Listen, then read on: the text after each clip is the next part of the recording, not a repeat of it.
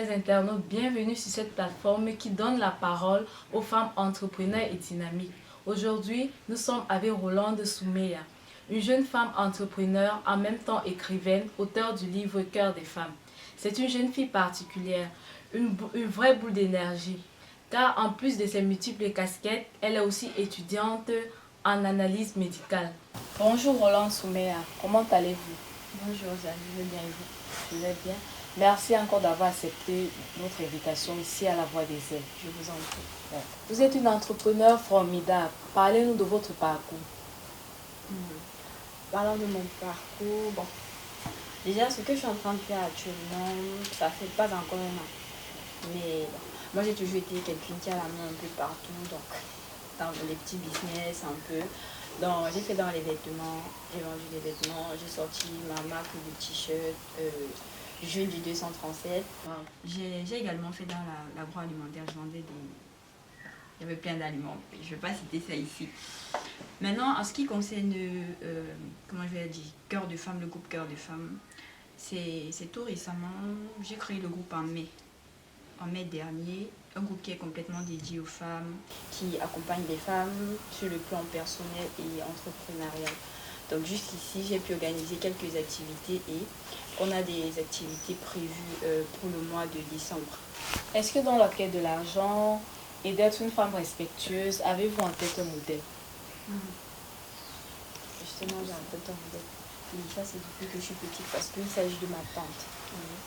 Déjà sur le plan, que ce soit sur le plan professionnel et familial, je ne vais pas dire, mais pour moi, c'est presque le parfait exemple. Parce que c'est une femme vraiment déjà à côté école, elle est très intellectuelle, vraiment un peu très intellectuelle, je sais pas comment ça qu'on dit. Et également, elle-même, elle a son business. Déjà, elle fait dans le pain et elle a sorti, en fait, elle fait les chips qu'elle livre dans les supermarchés.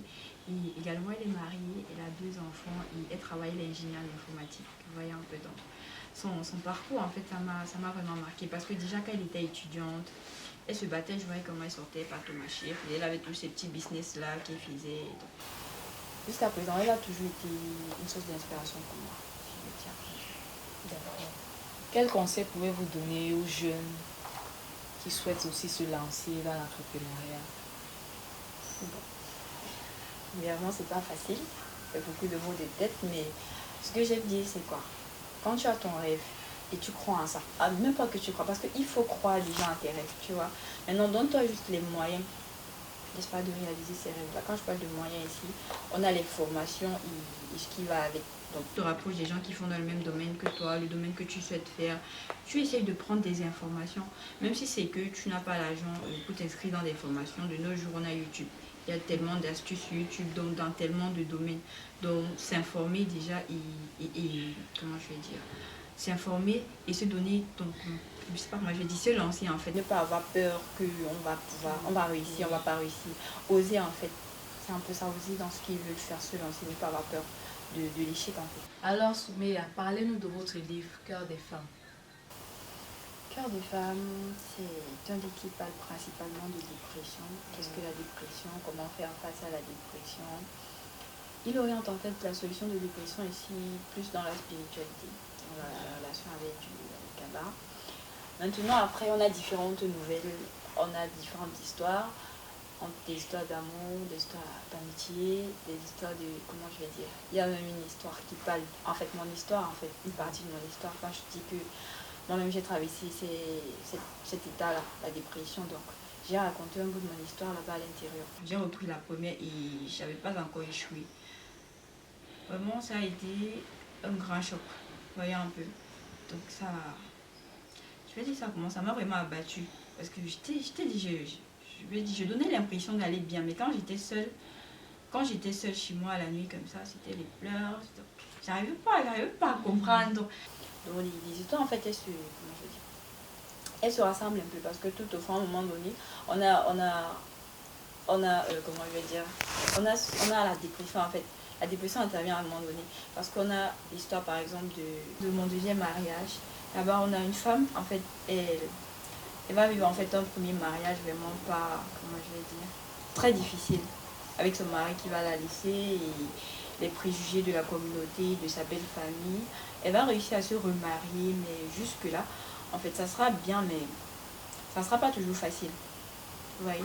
Et on a l'histoire d'Erika, une jeune élève en fait qui, pendant les vacances, va vouloir trouver du travail, mais elle va se faire anarquer en fait. Et elle va se faire violer.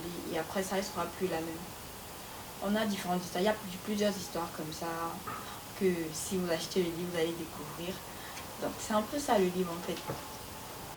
Vous parlez de la dépression dans votre livre. Avez-vous l'impression que la population camerounaise est consciente qu'elle existe vraiment? On y va. Donc, c'est pas un truc qui est pris en considération, comme ce n'est pas, par exemple, c'est pas comme une blessure que tout le monde peut voir, etc. Déjà que le malade lui-même, il n'arrive pas vraiment à expliquer ce qu'il ressent. Il garde tout ça pour lui parce qu'il se dit que les autres ne peuvent pas le comprendre. Donc ici, chez nous, il n'y a pas de suivi. En fait, c'est pas un truc vraiment qui est vulgarisé. Parler de dépression, etc. Et si tu viens, tu expliques ton problème, on se moque même de toi que tu parles de quoi, tu es blanc. Ce sont les maladies des blancs. Donc comme si le nom ne pouvait pas être dépressif. Pourtant, si on regarde en fait des statistiques, il y a tellement de personnes qui souffrent de cela. Mais ils le vivent en fait à l'ombre. Ils gardent cela entre quatre murs. Vous ne pensez pas que l'ignorance contribue au fait que cette maladie affecte plus ces cibles? Si on peut dire l'ignorance, mais parlant d'ignorance, là c'est un peu sensible parce que vous pouvez bien connaître ce que c'est que la dépression, mais être dépressif quand même. Donc dit l'ignorance. Maintenant c'est le suivi. Là oui, du côté d'ignorance, parce que les gens qui vivent qui vivent cet état ne cherchent pas à se faire suivre. Comme moi par exemple, j'ai dit à personne chez moi par exemple que j'étais dépressive. Quand je sors mon livre, mon petit frère il se moque de moi, il me dit que carrément je raconte un truc, je mens aux gens. Je parle d'un truc que je n'ai jamais vécu parce que j'allais expliquer quoi à qui, je pleure pourquoi, qu'est-ce qui me fait pleurer la nuit. Vous voyez un peu. Donc je vivais ça seule, je pleurais la nuit, tout le monde dort, j'arrive pas à dormir, je pense, toujours pensive, toujours dans ton coin, les gens font des trucs. Donc il n'y a plus d'intérêt vraiment pour rien. Vous voyez un peu. Donc c'est l'ignorance dans le sens du suivi, oui, parce que il faut en parler, il ne faut pas regarder, parce que plus tu gardes, plus ça se compresse et après on peut arriver, comme on veut dire, au niveau des suicides, des gens se tuent et tout. On arrive bien d'autres, ils ont dans l'alcool, la drogue pour oublier, donc on arrive à des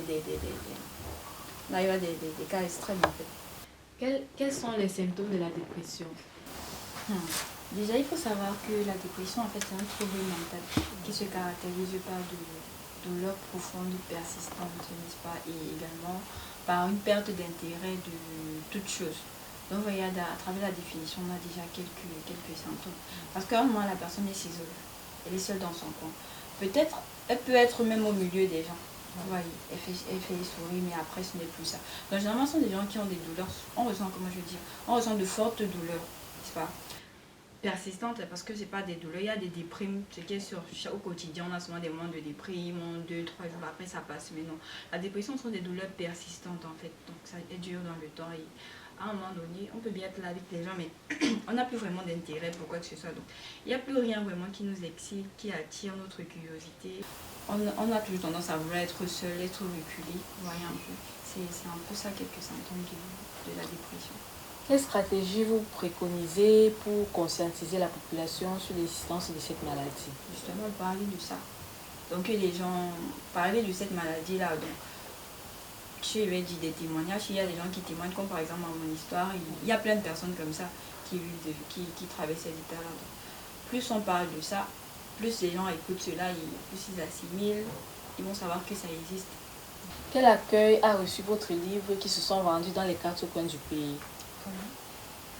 Déjà, si je vais le dire, le livre Cœur de femme, déjà le voilà. Oui. Bon, l'accueil a été plutôt bien parce que quand j'ai sorti les exemplaires, pour un départ j'ai sorti 50 exemplaires, j'ai plutôt bien vendu. J'ai vendu je crois 42 livres déjà, vous voyez.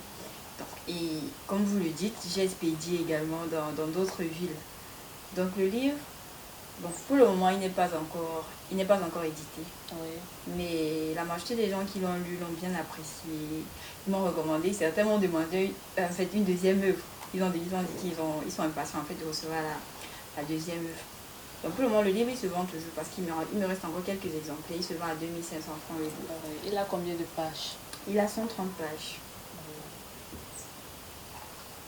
Est-ce que le deuxième livre est déjà en cours? Bien sûr.